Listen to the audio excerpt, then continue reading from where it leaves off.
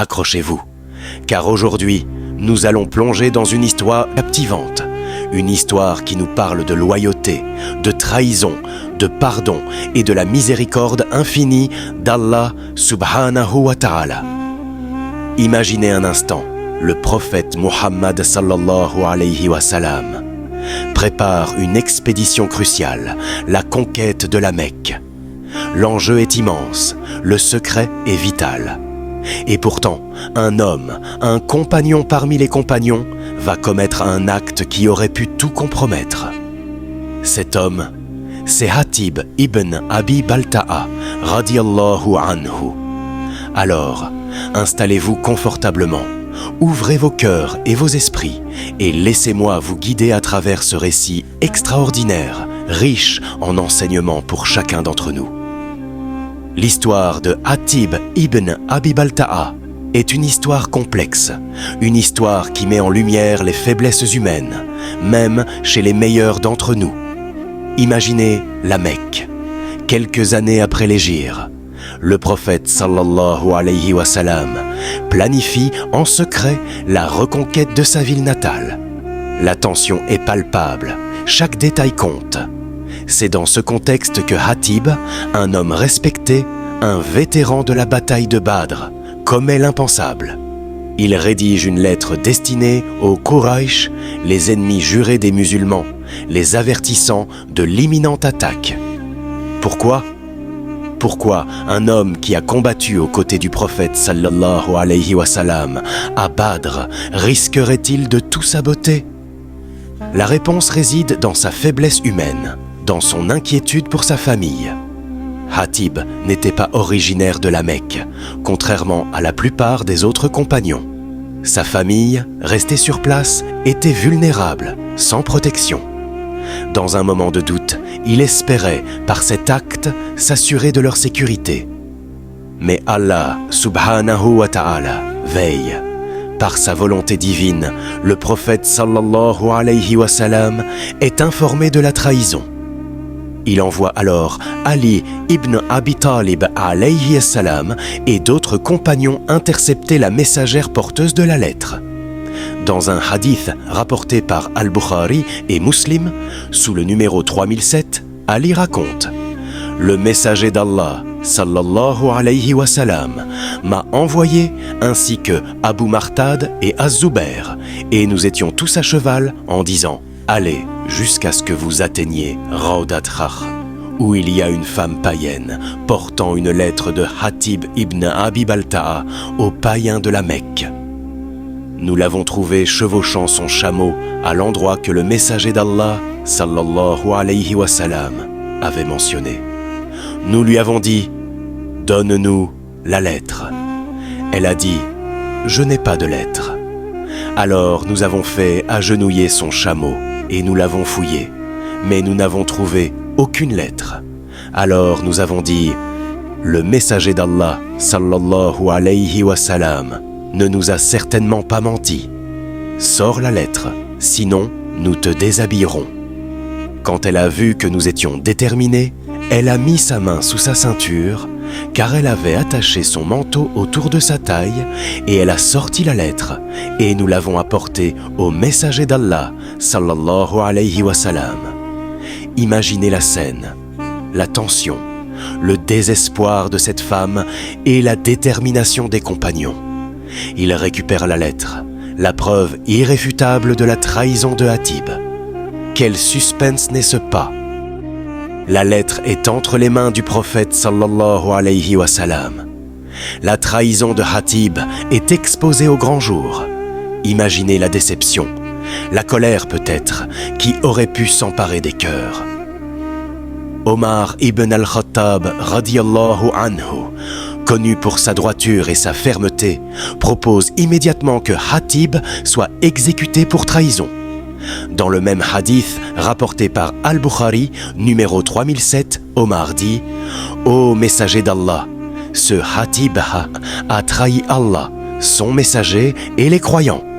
Laisse-moi lui couper le cou. » Mais le prophète sallallahu alayhi wa sallam, modèle de miséricorde et de sagesse, ne se précipite pas. Il demande à Hatib de s'expliquer. Hatib, le cœur lourd, confesse sa faute. Il explique qu'il n'a jamais douté de sa foi, qu'il n'a jamais voulu trahir l'islam. Son acte était motivé par la peur pour sa famille restée à la Mecque, sans protection.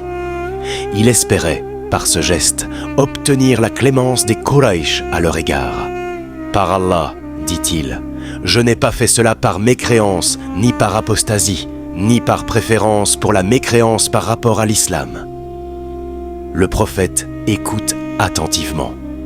Il sait que Hatib est un homme sincère, un homme qui a combattu vaillamment à Badr.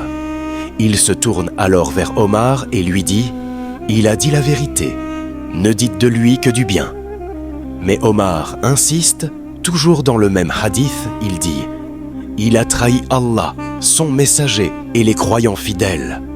Laisse-moi lui couper le cou. » Le prophète lui rappelle alors un point crucial, un point qui va sceller le destin de Hatib. Il dit « N'est-il pas l'un des combattants de Badr ?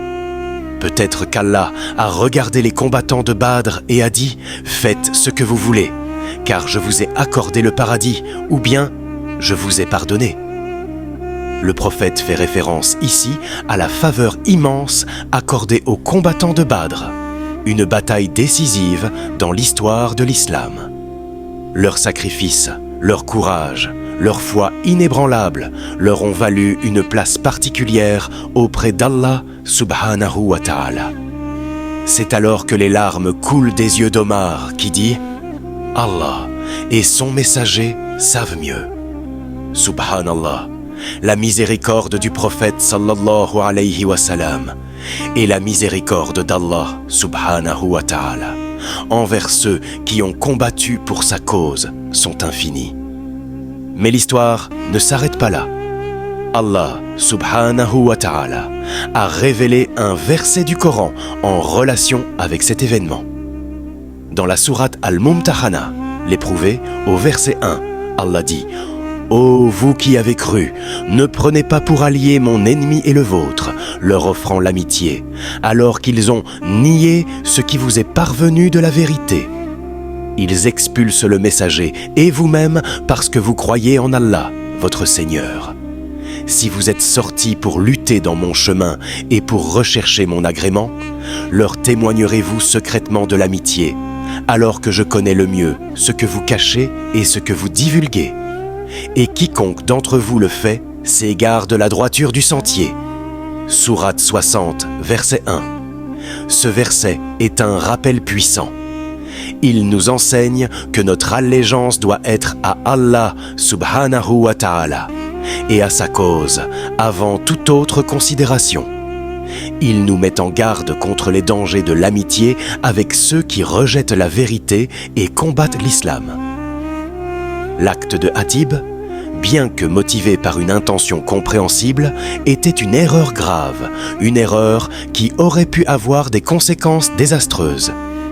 Mais la miséricorde d'Allah subhanahu wa ta'ala est immense. Elle englobe même les erreurs de ceux qui se sont battus pour sa cause.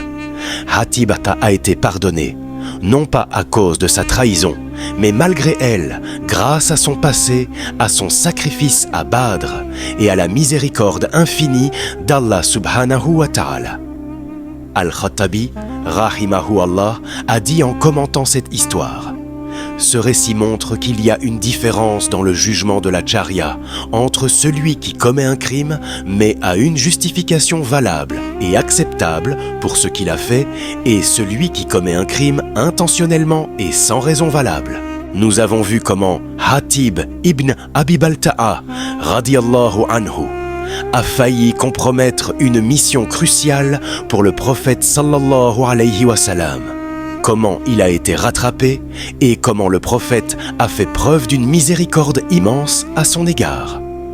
Mais quelle leçon pouvons-nous, musulmans d'aujourd'hui, tirer de cette histoire? Quelle est la morale de ce récit qui traverse les siècles?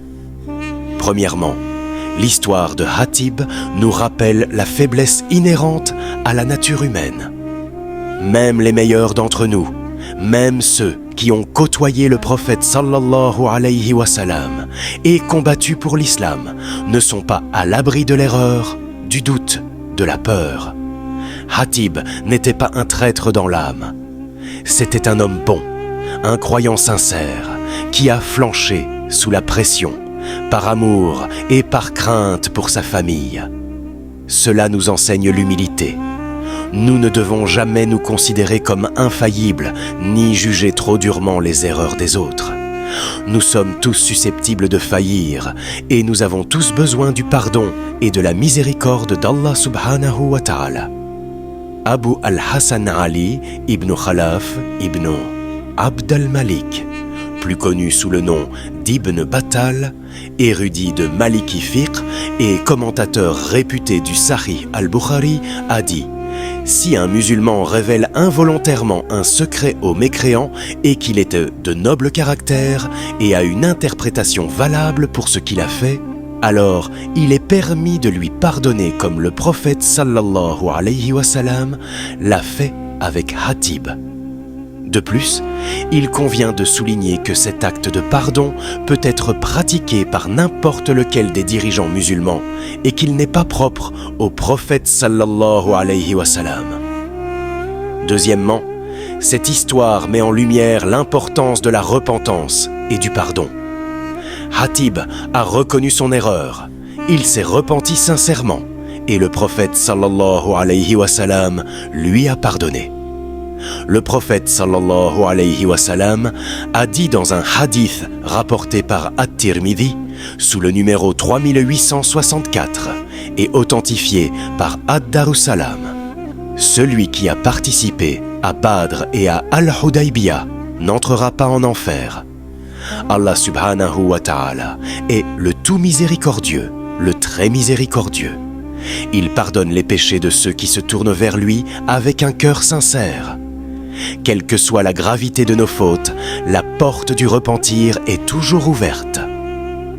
Troisièmement, l'histoire de Hatib souligne l'importance de placer notre confiance en Allah subhanahu wa ta'ala. En toutes circonstances, Hatib a agi par peur pour sa famille, et c'est compréhensible. Mais il a oublié un instant qu'Allah subhanahu wa ta'ala est le protecteur ultime, le gardien de toutes choses. C'est lui qui protège, qui guide, qui pourvoit aux besoins de ses serviteurs. Nous devons nous rappeler, dans les moments de doute et de difficulté, que notre sort est entre les mains d'Allah subhanahu wa ta'ala, et que c'est en lui que nous devons placer notre confiance absolue. Enfin, et c'est peut-être la leçon la plus importante, l'histoire de Hatib ibn Abi Balta'a radiyallahu anhu est une illustration éclatante de la miséricorde infinie d'Allah subhanahu wa ta'ala.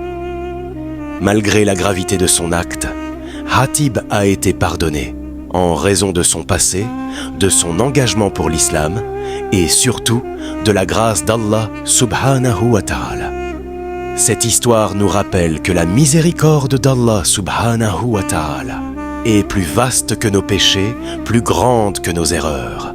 Elle nous donne de l'espoir, elle nous encourage à nous repentir, à nous réformer et à nous rapprocher de lui. Alors, mes chers frères et sœurs, méditons sur cette histoire extraordinaire. Tirons-en des leçons pour notre vie quotidienne. Souvenons-nous de la faiblesse humaine, de l'importance du repentir, de la nécessité de placer notre confiance en Allah et surtout de l'immensité de sa miséricorde. Et souvenons-nous toujours que même dans les moments les plus sombres, la lumière de l'espoir et du pardon divin continue de briller. Si ce que j'ai partagé avec vous aujourd'hui était bénéfique et véridique, c'est uniquement par la grâce et la miséricorde d'Allah subhanahu wa ta'ala. Tout le bien provient de lui, et à lui nous retournons. Et si j'ai commis des erreurs, si j'ai manqué de clarté, ou si j'ai dit quelque chose d'incorrect, je demande humblement pardon à Allah subhanahu wa ta'ala. Il est le pardonneur, le tout miséricordieux. Et je vous demande également pardon, mes frères et sœurs, si j'ai pu vous induire en erreur par inadvertance. Qu'Allah subhanahu wa ta'ala nous guide tous sur le droit chemin, qu'il nous accorde la compréhension de notre religion et qu'il fasse de nous des serviteurs reconnaissants et dévoués. Qu'Allah subhanahu wa ta'ala nous pardonne nos péchés et nous accorde sa miséricorde. Allahumma amin.